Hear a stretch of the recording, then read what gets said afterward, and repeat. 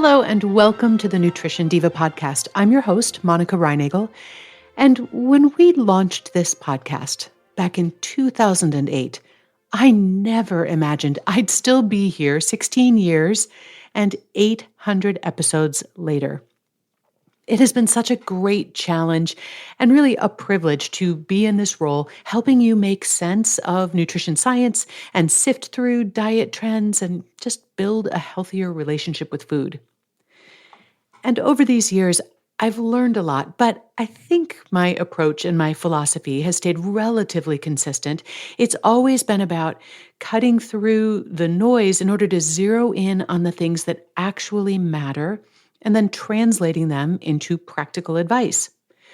But the world of nutrition science, that is a whole different story. We have come a long way, baby. So today, to mark this milestone of 800 episodes, I thought I'd take a look back at 5 of the most profound shifts in how we understand food, health, and nutrition since this podcast began, starting with the rise and fall of low-carb dieting. You may remember back in 2008 that low-carb diets were all the rage. Atkins, who originally put low-carb dieting on the map, had by that point been joined by other low-carb diets like the South Beach diet and the Dukan diet, and the ketogenic diet was beginning to make waves. The idea of cutting out carbs in order to lose weight and improve health was incredibly compelling to a lot of people, and in some cases, it was effective. In an interesting side note, a study that I just ran across, published in the Journal of the Academy of Nutrition and Dietetics, found that among those who say that they follow a low-carb diet, when you actually analyze what they are eating, it turns out that fewer than 2% of them actually do. So while it may have once seemed like everyone was on a low-carb diet, in reality, almost no one actually was. But fast forward to today, and while keto definitely still has its devotees, low-carb diets have largely fallen out of favor. Now, they have left their mark on the way we think about food, and not necessarily in a positive way. One lingering misconception from this low-carb era is the way we still use the word carbs to refer almost exclusively to starchy foods like bread and potatoes. Now, in fact, some of the healthiest foods in our diet, fruits and vegetables, are virtually 100% carbohydrates, but those generally aren't the foods that we're talking about when we talk about carbs. So we are still working on rehabilitating that word and that nutrient from the low-carb days.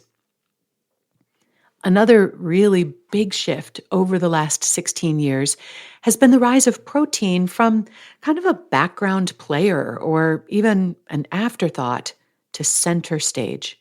In 2008, protein was seen as important for athletes and bodybuilders, but for the average person, it really wasn't a major concern. Today, we have a much greater appreciation for the essential role that protein plays not just in building muscle, but for healthy aging, metabolism, appetite control, even bone health. We now recognize that getting adequate protein, particularly as we get older, is crucial for maintaining muscle mass and preventing frailty. And there are even researchers petitioning the government to increase the recommended daily allowance for protein for certain populations. So this focus on protein has predictably led to an explosion of high-protein snacks and shakes and fortified foods. And really, it has gotten a little ridiculous. You can now buy high-protein water, coffee, even beer. But the protein craze has also run headlong into another major trend, and that is the move toward plant-based or plant-forward eating, sometimes for environmental or ethical reasons. Now, as I've said before, it is absolutely possible to meet your protein needs with plant-based sources. However, plant-based sources of protein generally deliver significantly less protein and more calories per serving. And it can also take more total plant-based protein to equal the higher biological availability of animal-based proteins. So those who are trying to leverage the advantages of a higher protein diet on a strictly plant-based diet are definitely going to have to do a little more planning than those who are willing to incorporate at least some animal sources, which can also include eggs and dairy, in addition to meat, poultry, and fish. While I think the current protein craze will eventually calm down a little bit, I mean, it's hard to believe that high protein beer is really here to stay. I think our expanded appreciation of protein's role in a healthy diet, particularly for older individuals and others who are at risk of muscle loss, I think that's here to stay.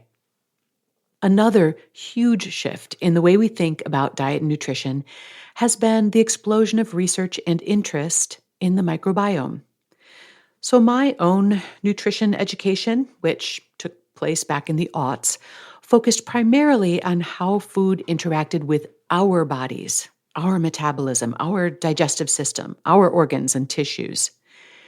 The idea that food was also affecting the trillions of microbes living in our gut, and that they, in turn, were basically running the show, that really wasn't part of the conversation. Today, we understand that our microbiome plays a very crucial role in digestion, immunity, metabolism, even mental health. And we also now recognize that what we eat has a direct impact on the health and composition of these microbial communities. And this has completely changed how we think about certain foods. So, for example, we used to look at fiber mostly in terms of its effects on digestion and, regularity. Whereas now we understand that fiber is actually food for those beneficial gut bacteria, helping them to thrive and in turn supporting our overall health. And what foods are highest in fiber? Well, fruits, vegetables, legumes, whole grains, all of which happen to be carbohydrate rich foods. And, this may have been one of the final nails in the low carb coffin. As our appreciation for gut health grew, so did our awareness that carbohydrate foods are the sole source of fiber, a critical component of a healthy microbiome. So suddenly, cutting out entire food groups didn't seem like such a great idea anymore. The rise of the microbiome has also driven a lot of interest in probiotics, fermented foods, even personalized nutrition based on gut bacteria analysis. While some of these trends are grounded in solid science, others have outpaced the research and gotten a little overhyped. So, not every probiotic supplement is helpful. Not every gut microbiome test can provide meaningful insights. But this fundamental shift remains. Our understanding of nutrition now goes beyond just how nutrients affect our tissues to include how our food affects the ecosystem inside us. And speaking of personalized nutrition, this is another realm that has been utterly transformed in the time that I've been doing this podcast. So 16 years ago, personalized nutrition centered around things like the blood type diet, or those kind of silly plans that were based on whether you were shaped like an apple or a pear. Well, fast forward to today, and the concept of personalized nutrition has become much more sophisticated, at least in theory. Advances in genetic testing, microbiome analysis, and continuous glucose monitoring, or CGMs, have made it possible to collect vast amounts of very individualized data. And the promise is that by analyzing this data, we can tailor our diets to optimize our health and prevent disease and even improve athletic performance. While there is really exciting potential in these technologies, the reality is that much of personalized nutrition is still in its infancy. These direct-to-consumer DNA tests, they may tell you whether you have a genetic variant that affects how you metabolize caffeine or store fat, but the effectiveness of dietary prescriptions based on that information, that really is not yet well established. And similarly, while continuous glucose monitors can provide some interesting insights into how different foods impact your blood sugar levels in various scenarios, they're being heavily marketed to populations that do not have diabetes in ways that may not be particularly useful. And the idea that we can or we should be tailoring our diets based on a microbiological analysis of a stool sample is also still far ahead of the science. The composition of the gut microbiome fluctuates daily, and we're still learning what a truly optimal microbiome looks like, much less how to reliably manipulate it. Now, that's not to say that personalized nutrition isn't valuable. It absolutely can be, especially for managing certain conditions or optimizing athletic performance. And I also don't doubt that these kinds of technologies are going to continue to evolve in ways that might make them much more useful in the future. But right now, I think we're a little bit out over our skis on this one. And the final change that I want to mention may, in fact, be the most impactful of all. 16 years ago, obesity was primarily framed as a lifestyle issue, something that could be solved with the right combination of willpower, diet, and exercise. While we certainly recognized that genetics and metabolism and environment played a role, really the prevailing narrative was that weight loss was simply a matter of eating less and moving more. Today, our understanding of and our approach to obesity has been completely transformed by the rise of GLP-1 receptor agonists. So these are drugs like Wegovy and Mounjaro.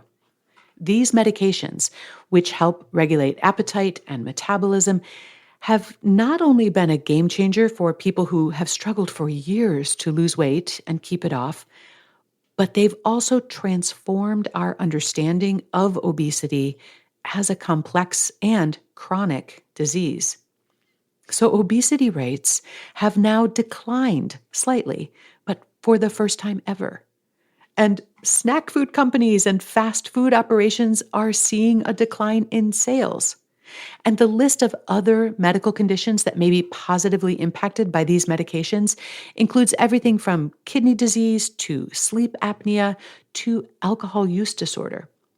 I can't really think of another pharmaceutical advance in my lifetime anyway that has had this scale or scope of impact. And I think it's one that we're probably still a little too close to fully appreciate. So looking into the future, I sense that we are entering a period where we're going to be seeing a lot more innovations that will profoundly transform our understanding and approach to nutrition and health. For example, I think we're going to see more widespread adoption of groundbreaking new food technologies, things like lab-cultured meats and bioengineered fats, even 3D printed foods. Now, I know these things may sound futuristic or even a bit unwholesome to us right now, but on a rapidly warming and increasingly crowded planet, these types of technological breakthroughs could end up playing a very key role in creating a more sustainable and secure food future. Either way, as this brave new world unfolds, hey, we'll navigate it together. I want to thank you for being along on this ride, especially those of you, and I know there are more than a few, who have been listening since episode number 1. And I will be back next week with episode number 801. Hey, if you'd like to find out about having me speak at your live or virtual event, you can check out my new website at wellnessworkshere.com. And the Nutrition Diva podcast is a quick and dirty tips podcast. Our team there includes Brandon Getchis, Nathan Sems, Holly Hutchings, Morgan Christensen, Davina Tomlin, and Nathaniel Hoops. Thanks so much for listening. I'll talk to you next week.